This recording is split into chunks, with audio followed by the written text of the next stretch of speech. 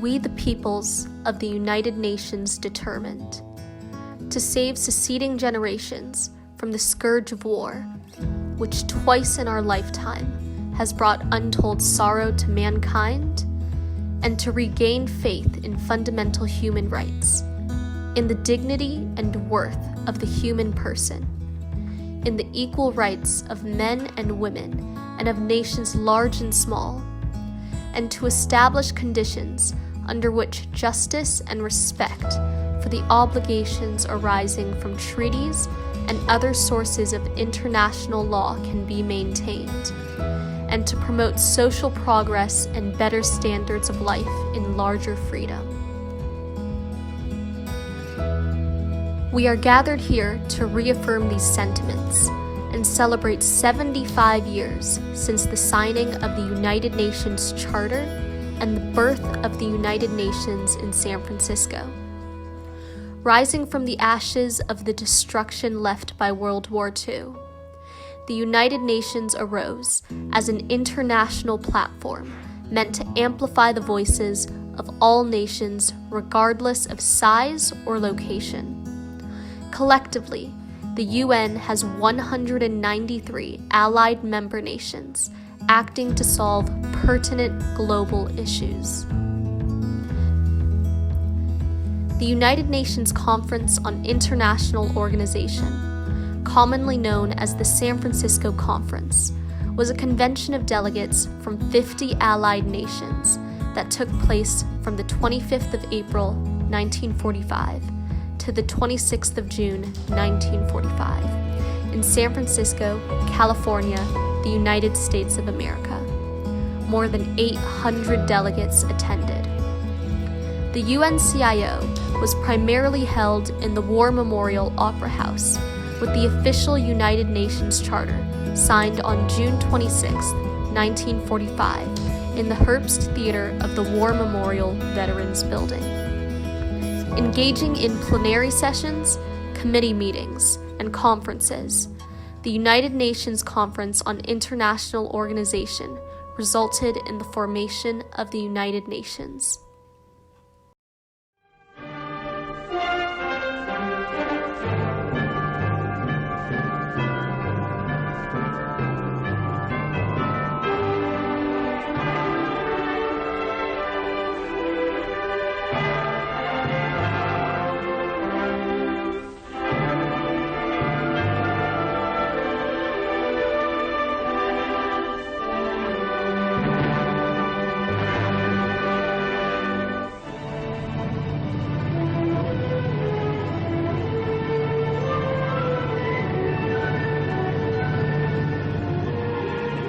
In 1849, it took the clipper ship Flying Cloud 89 days to reach San Francisco's Golden Gate Harbor from New York.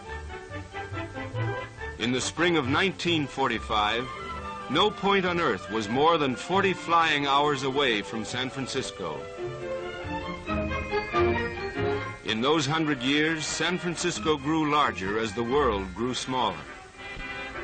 It developed into a vigorous and cosmopolitan center of commerce and culture, and of industry and shipping. Delegates representing 46 nations came to San Francisco on April 25, 1945. Representing almost 2,000 million people, more than 80% of humanity. All at war when the conference was begun, they came with hope born of common struggle.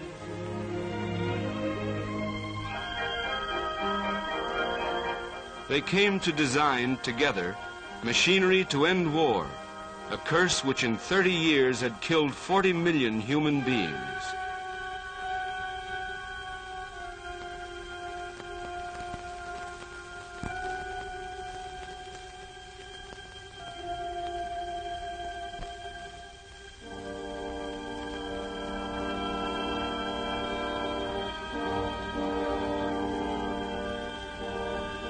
Maimed countless millions more, both armed and unarmed.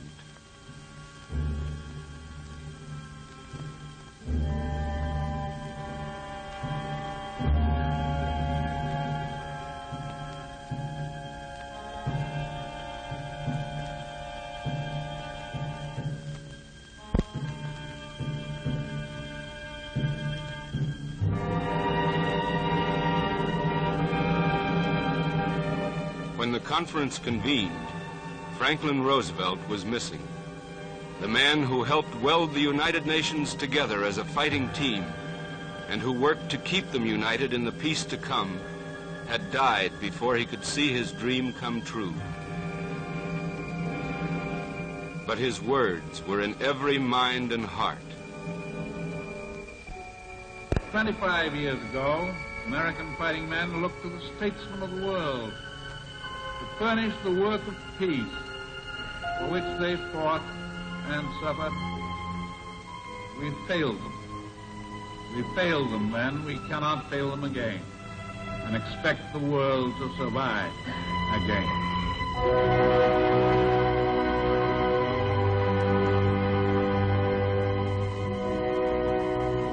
President Truman, Roosevelt's friend and successor, opened the conference by radio from Washington. Delegates to the United Nations Conference on International Organization. It is not the purpose of this conference to draft a treaty of peace in the old sense of that term.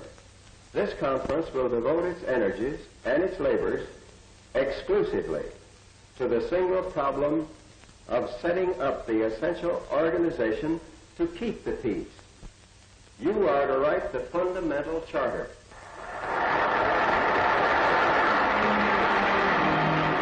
Vested in them by a war-weary world. It was for this they had gathered, at the invitation of the governments of China, Great Britain, the USSR, and the United States.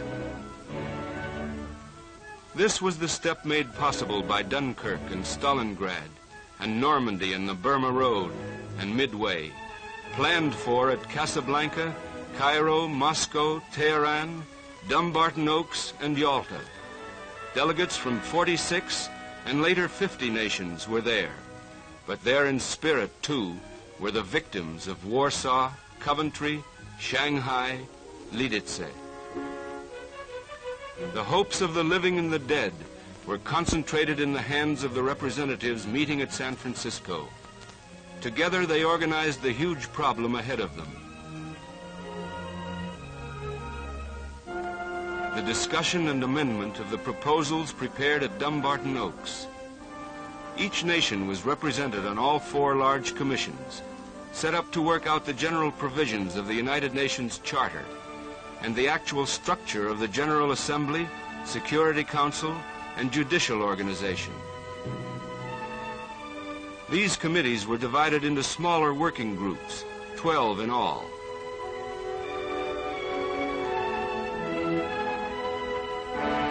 Chinese, English, Russian, French, and Spanish were the standard means of exchange among many languages spoken.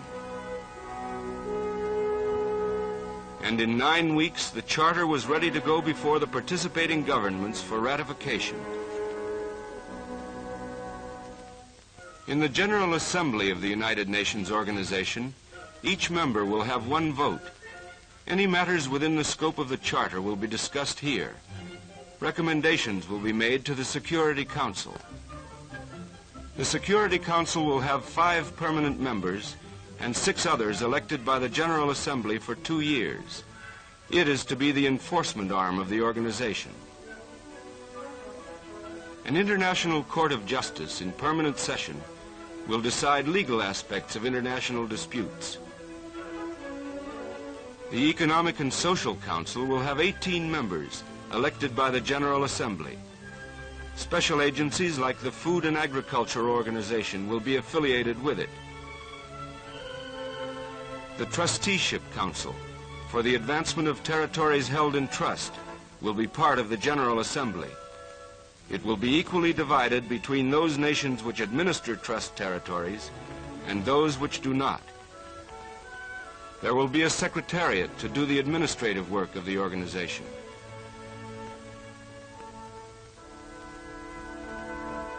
These provisions were not easily arrived at. They were hammered out of debate, stretched and contracted by compromise. The result is a constitution which is at the same time an expression of high ideals and of practical measures. To be effective, the Charter needs the active cooperation of people everywhere.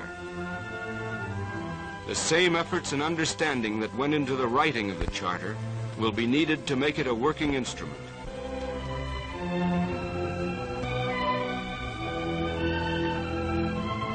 To fulfill the mutual responsibilities of nations as set forth in the Charter, to bring about free world trade and the full employment of man's productive resources, men and women of goodwill everywhere must come to know and understand one another.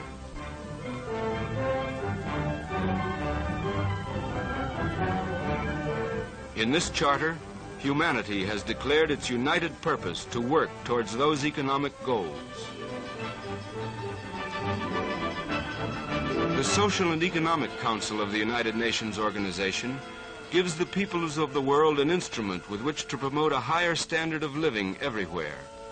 Through their delegates at San Francisco, the member nations pledged to use that instrument.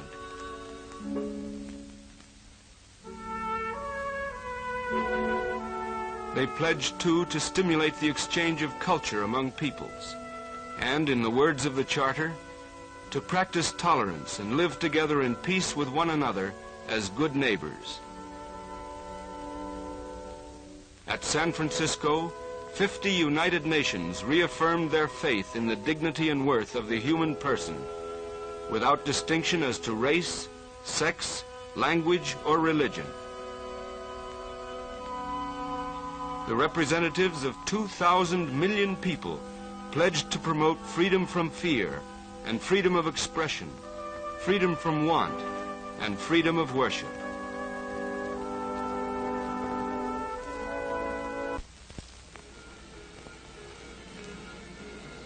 The second week of the conference brought the news of Germany's surrender, proof of the power of unity against a common enemy.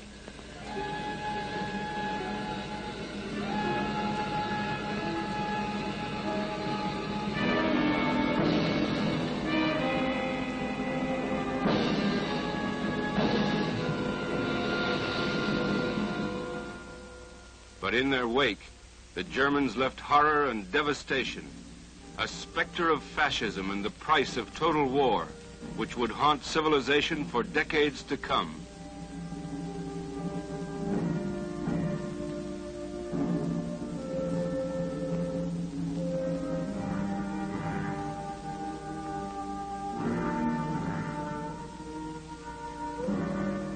Strong and effective machinery must guarantee that succeeding generations shall be spared such destruction.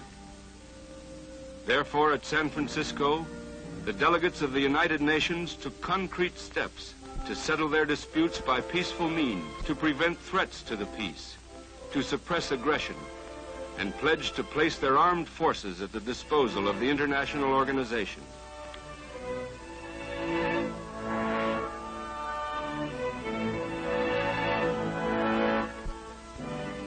For speedy combined action, air forces will be held immediately available.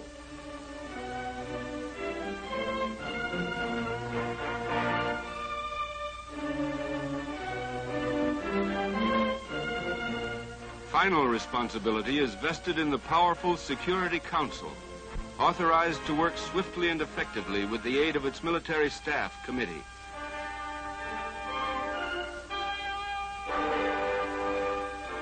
This machinery was not designed without disagreement and dispute, but the final blueprint had the unanimous approval of the participating delegates. And it is now my duty, my honor and my privilege in the chair to call for a vote on the approval of the Charter of the United Nations, including the statute of the International Court and also of the agreement on interim arrangements. If I have your pleasure, may I invite the leaders of delegations who are in favor of the approval of the Charter and the statute and the agreement on interim arrangements to rise in their places and be good enough to remain standing while they're counted.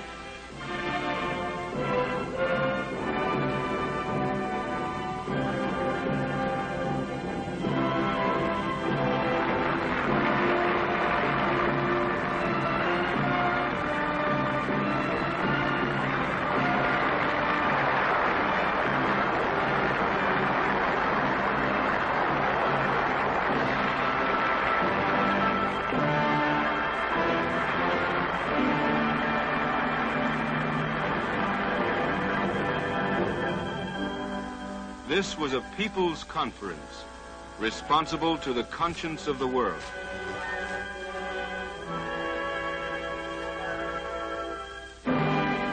Here, in the midst of war, the world's people collaborated in the drafting of a workable international constitution.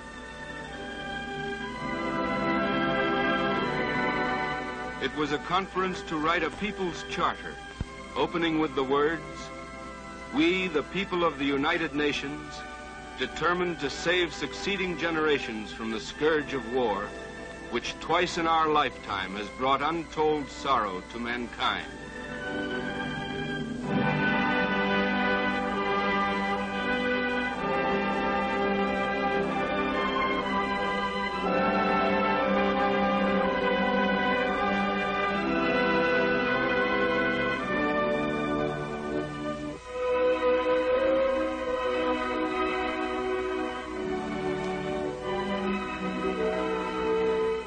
It was a people's conference and a soldiers' conference, meeting under the eyes of veterans of two wars and the generation which must suffer if the Constitution fails. Common people and their governments alike were aware of the stakes.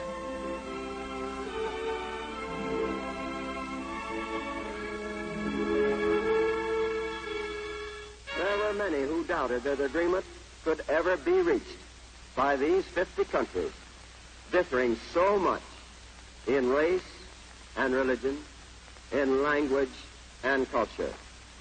But these differences were all forgotten in one unshakable unity of determination to find a way to end war.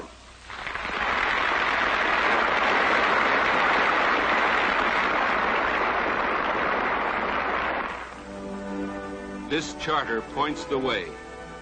But whether the world is to move in that direction will depend finally upon the vigilance and sovereign will of the peoples of the world.